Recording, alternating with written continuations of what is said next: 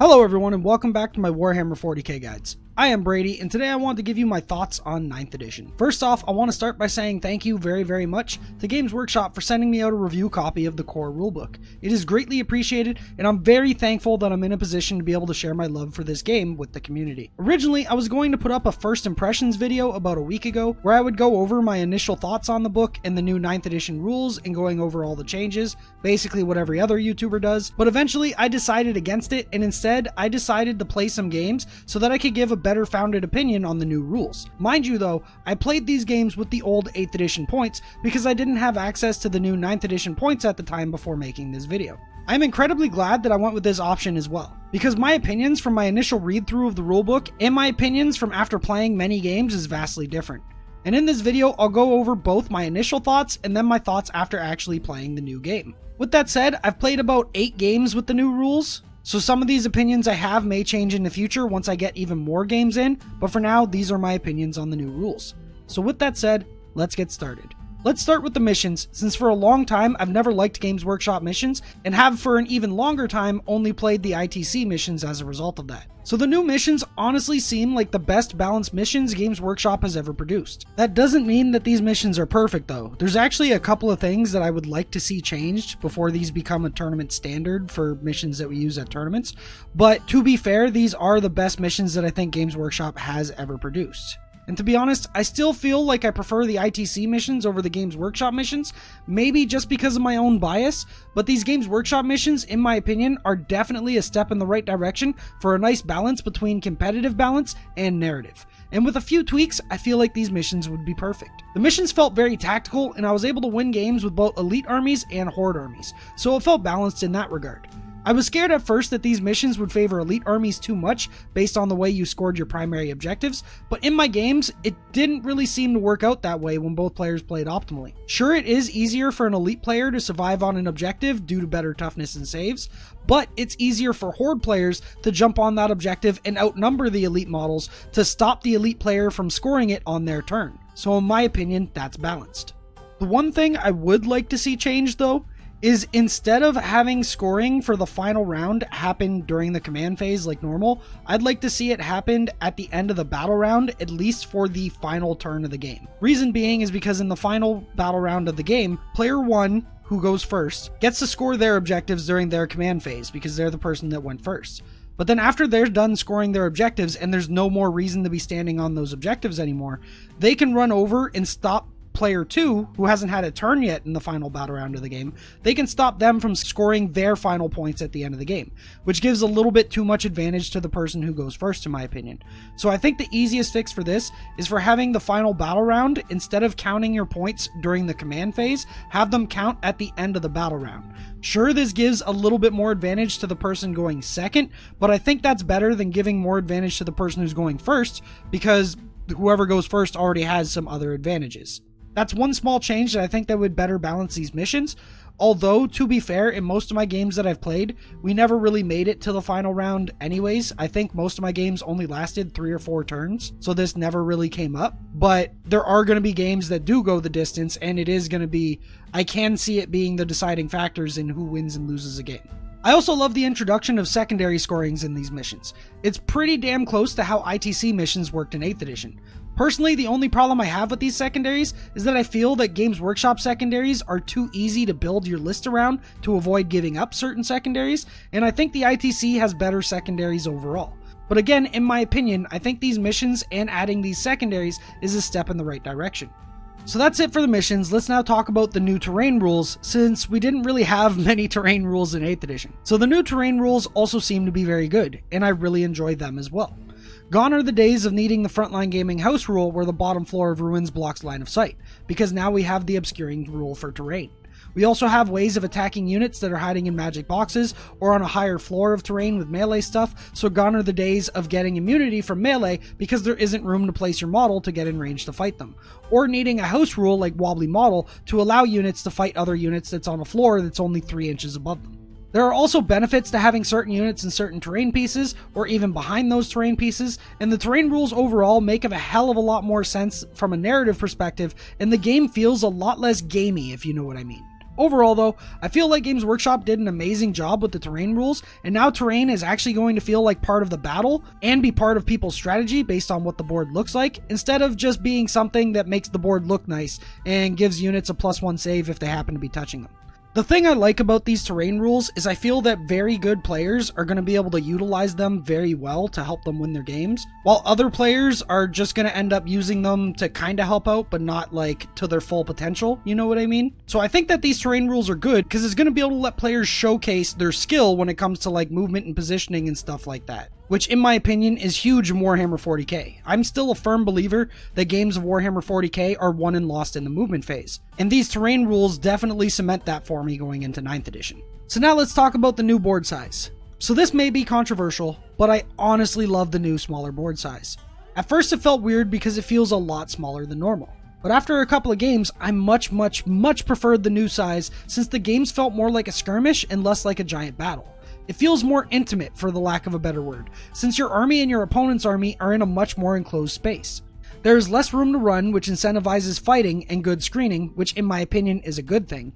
It always felt kinda shitty when someone just outranged the opponent and kept walking backwards while dishing out damage, and even though that's still somewhat possible, I don't think it's nearly going to be as bad as it was in 8th edition on a 6x4 board. I also feel like melee armies have a better chance to shine in this edition as well due to the size of the board. It takes fewer turns to get into your opponent's deployment zone, and there is less room for your opponent to run away, but just enough room if the opponent screens properly and plays well, then they'll still have a fighting chance. The one downside that some people might think is that the smaller board gives mid-range shooting armies a big buff since they don't really have to move far to get in range of the opponent to blast them off the table. This is definitely the case, but because of the new obscuring terrain rule and with people playing with adequate terrain, this shouldn't be a problem since you should be able to hide your powerhouse units until you need them. Also, if you're playing 9th edition and you find yourself hating the board size because you got shot off the table every game, you probably need to rethink your deployment and movement strategy in future games, because I can honestly say that with the obscuring terrain rule and playing with the adequate amount of terrain and with proper deployment tactics, that shouldn't be the case in this edition. So now let's talk about the changes to monsters and vehicles. Being able to move and shoot your heavy weapons without penalty is a great buff for these units, and being able to shoot into close combat is amazing, and I actually, for the first time in a long time, considered using vehicles that don't fly in my army lists again, especially vehicles and monsters that are good at both shooting and in close combat, since you can now easily utilize both damage options now. To be honest, I don't think this makes vehicle overpowered, especially after a lot of the points increases we've recently seen, but I do think it makes vehicles and monsters more appealing in general, which is a good thing, because 8th edition was definitely the infantry and fly edition, and the only vehicles we ever saw were ones that could fly, or ones that didn't need line of sight to shoot so they could just chill behind a wall in the back, or ones that had really broken rules like the unkillable dreadnought in pretty much anything Iron Hands when it was first released. But now vehicles don't need any of that to be appealing. They just need some decent stats and maybe a stratagem or two to boost their survivability or damage potential, which a lot of vehicles now have. Based off what I've seen, I don't think this will be the monster or vehicle edition though,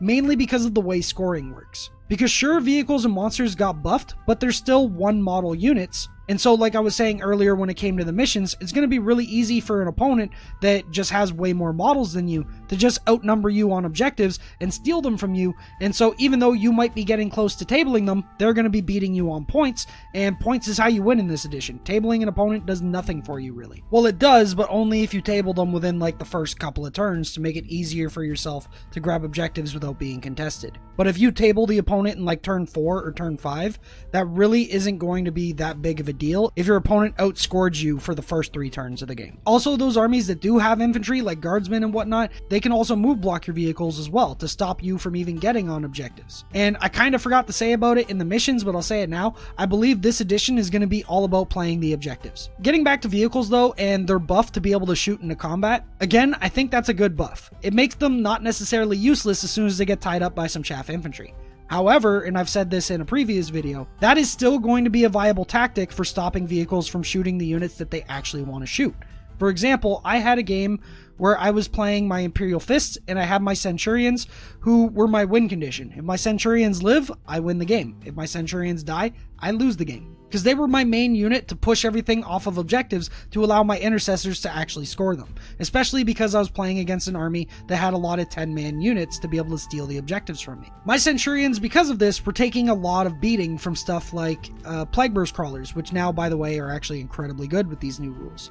So what I had to do in order to stop my Centurions from being blown up every turn, I actually had intercessors charge those Plague Burst Crawlers, and sure, the intercessors got shot at the following turn, but it was forcing those vehicles to shoot at my intercessors instead of my Centurions, which could still clear off the rest of the stuff on the objectives to allow my other units to grab those objectives. So tying up vehicles in close combat is still going to be pretty good, but overall, I do think vehicles are going to be seen in more lists than they used to be, but I don't think this is going to be the vehicle edition, and I don't think we're going to see armies that are just spamming vehicles doing well in this edition.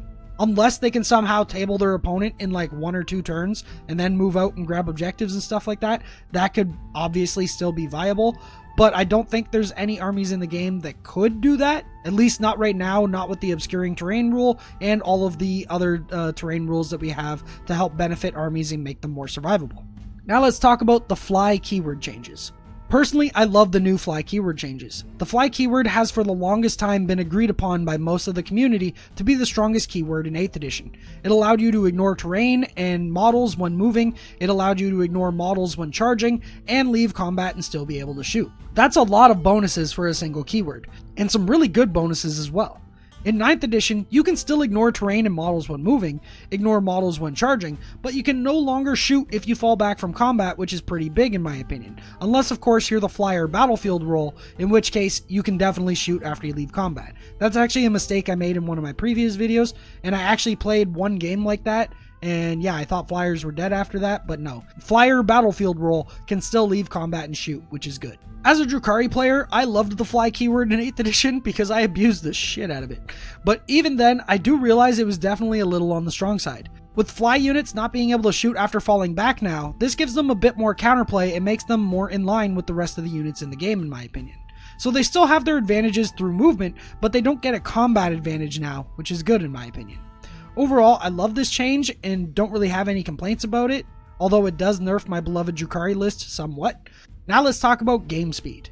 Games feel quicker. Even with having to constantly check back to the rulebook to make sure myself and my opponent weren't making any mistakes, the games felt a lot quicker. We played with 1750 points because Games Workshop had already announced that every unit in the game was going to go up points in 9th edition, so I figured 1750 points would be around what a 2000 point army in 9th edition would be, because again, we were using 8th edition points because at the time I didn't have 9th edition points. Having the smaller army meant less units to move around, less spells to cast, less guns to shoot, less charges to make, and less fights to play out.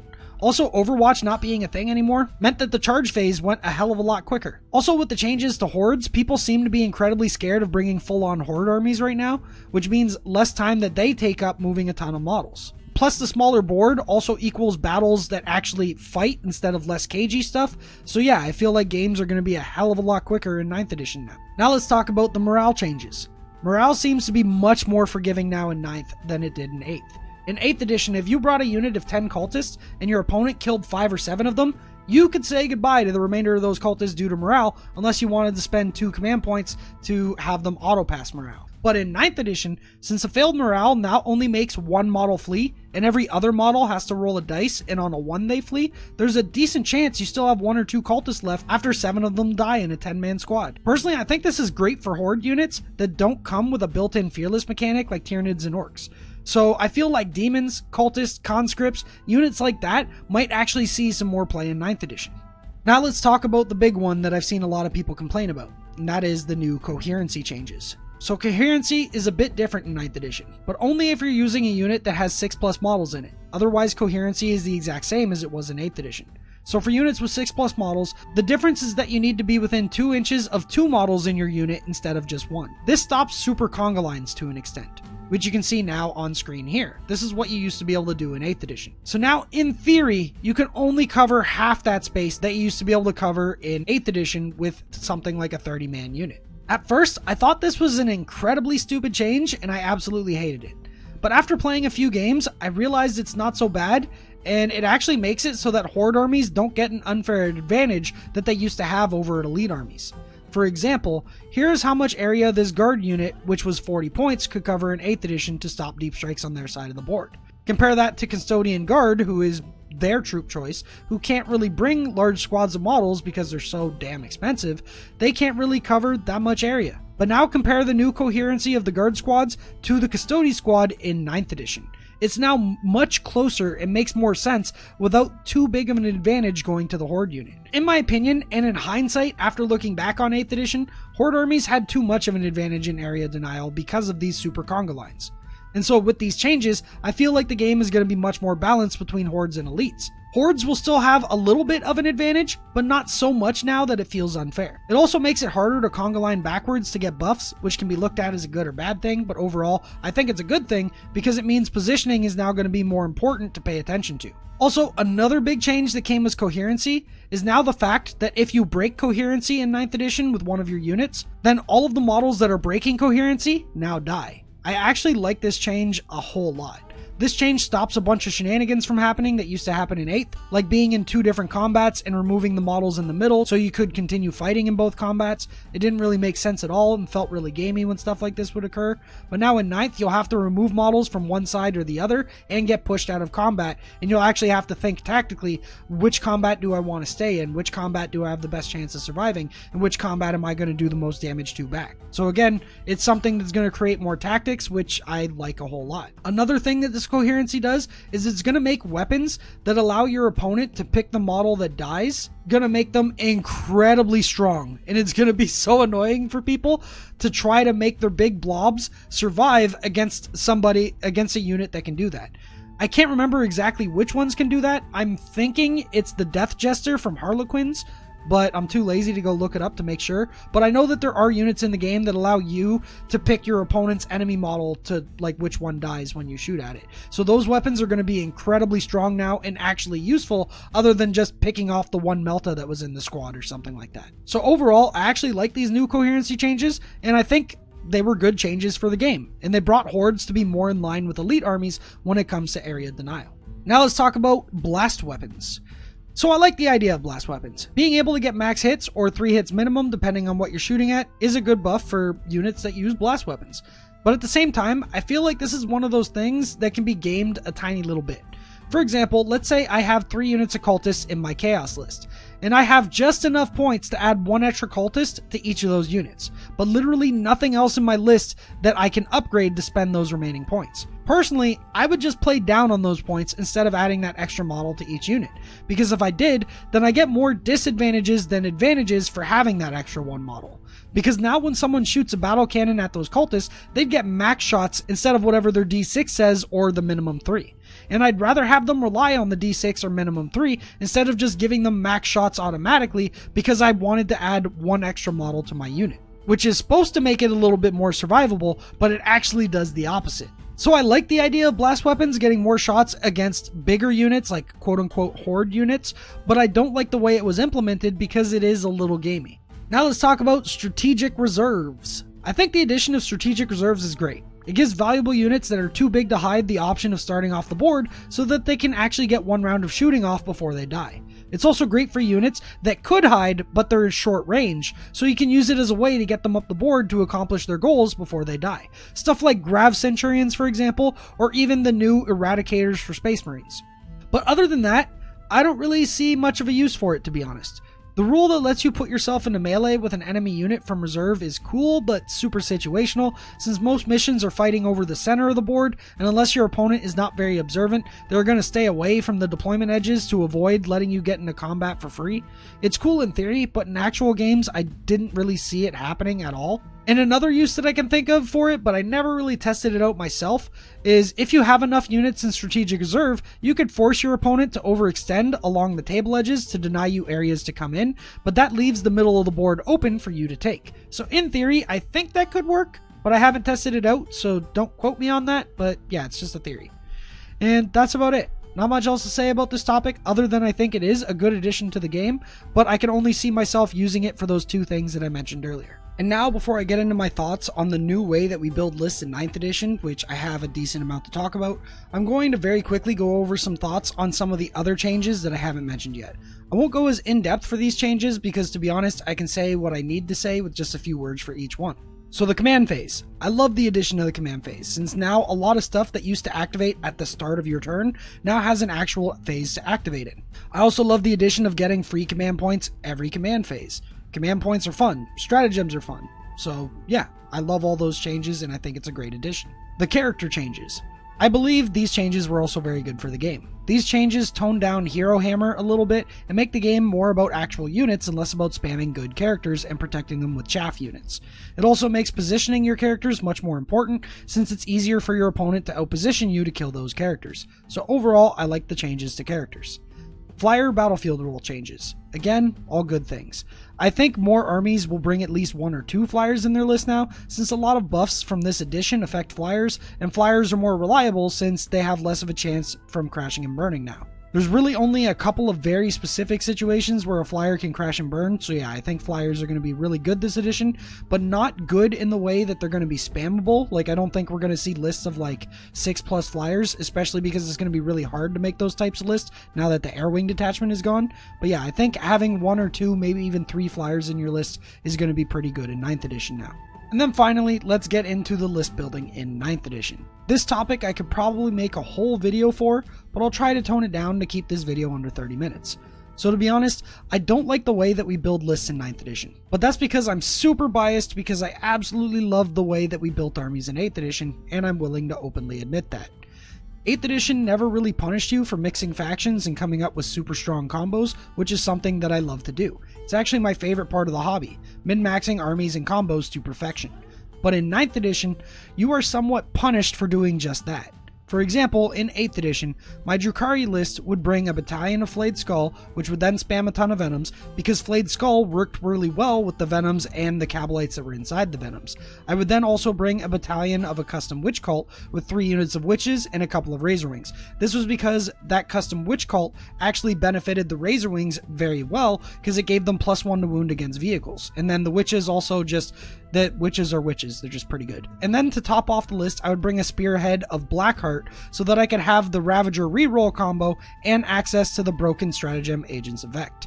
In 8th edition, this list would give me 14 command points, which was enough to do Agents of Vect a couple of times, get a couple of critical rerolls, and use 1 or 2 other stratagems if the right situation came up. All while having each unit in its most optimal detachment when it comes to damage output. But now in 9th edition, this list would actually only give me 6 command points, which is nowhere near what it needs to function properly. Sure, they're all technically in the right detachment to get their best damage potential, but I had to trade out 6 command points in order to get that. You actually get punished for bringing more than 1 detachment this edition, so at the same time, you also get punished for bringing more than 1 faction as well. And this can be seen as a good thing or a bad thing, depending on you as a player and how you perceive the game. Overall though, putting my bias aside, I think it's actually good and a healthy change for the game. If you want to bring allies to your main army that provide some sort of benefit, or just have all your different units in their most optimal detachments so they have the best damage potential, it makes sense that you have to give up something else for that. So like in this new version of the list, I'm giving up all those command points in order to have every unit in its most optimal sub-faction so that way it can do the most damage, but I'm giving up all those command points so that means less Agents of Vect activations, less command rerolls, less everything basically. So it depends on how you look at the game if you think that's worth it or not. So there's actually a trade-off now rather than just bring all the best shit and get rewarded for it. So this edition promotes sticking with one faction and making the best of it, and only bringing 1 or maybe 2 detachments. I think some lists might be able to get away with 3, but for the most part, I think 1 or 2 detachments is at most what you want in your army. This doesn't mean you can't mix sub-factions and still have a good list. For example, I would still always bring a detachment of Imperial Guard alongside an Imperial Knight detachment, since you're paying 3 command points to have access to multiple bodies that can move block the enemy and grab objectives while your Knights do all the heavy lifting. So I think paying that 3 command points for that Guard detachment is actually a good trade-off. So in certain lists, I do think it's still going to be viable to mix and match sub-factions, but the cool thing is that I feel like having to mix sub-factions isn't the end-all be-all that it used to be, because now you have to trade out some stuff if you want the other stuff. You're now incentivized to try to bring one detachment, one sub-faction, instead of cherry picking a bunch of the best stuff, putting it all together, and then being rewarded for it. So overall, even though I personally don't like these changes because I preferred the way we built lists in 8th edition, I do still think that this change was healthy for the game, and I'm glad it's what Games Workshop went with. And I guess that's it for my thoughts on list building. And I guess as an overall summary, I love 9th edition. This edition looks like it's going to be the best edition that I've ever played the game in, although to be fair, I only started in 7th edition, so this is technically only my 3rd edition, but I can say wholeheartedly that I think this is the best edition so far, and I'm super excited to get more games in and test stuff out. With that said, thank you for watching this video, and especially thank you for watching this video if you made it all the way this far into the video. Hit that like button and subscribe to the channel if you haven't already, and check me out on Patreon if you want to help support myself and my channel further so I can continue making Warhammer 40k content just like this. And I guess that's it. So thanks to all my patrons, you guys and gals are awesome, and I love you all, and thanks to all you regular viewers as well. I guess that's it for this video, and I'll see you in the next one. Happy wargaming.